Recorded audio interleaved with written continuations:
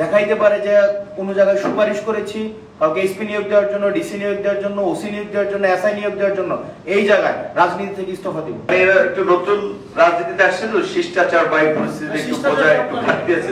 যাই হোক, বিশেষ করে ধরে এই আন্দোলনের নেতৃত্ব আমাদের তরুণরা কেন তাদের একটা পার্টির সিম্বল শাপলা, সেটা দিতে হবে। শাপলা মান্না ভাই তার আগে নিবন্ধনে চেয়েছিলেন, মান্না ভাইকে দেয়নি, বিকজ গেজেটে নাই। তাহলে আমরা শিক্ষিত মানুষের যদি আমরা উল্টে ঠেলতে থাকি যে আমার পক্ষে না গেলে, আমার পজিশন না থাকলে এটা সঠিক নেই। আমরা যে বলছি এখানে আনসার যেটা বলছেন, যদি সেটা পার্টি রিপ্রেজেন্ট করেন যে ইউনোটা আমার আছে কিনা, ডিসিটা আমার আছে কিনা, মান্না ভাইয়ের সুপারিশে কেউ ডিসি হয় নাই, বিপিনুরের সুপারিশে কেউ ডিসি হয় নাই, এসপি হয় নাই, ইউনো হয় নাই, কিন্তু হাসনাতদের সুপারিশে ডিসি হয়েছে, ইউনো হয়েছে।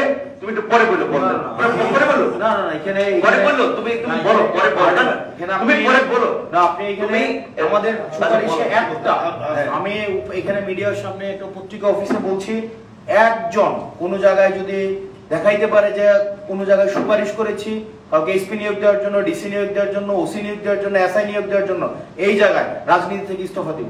এই যে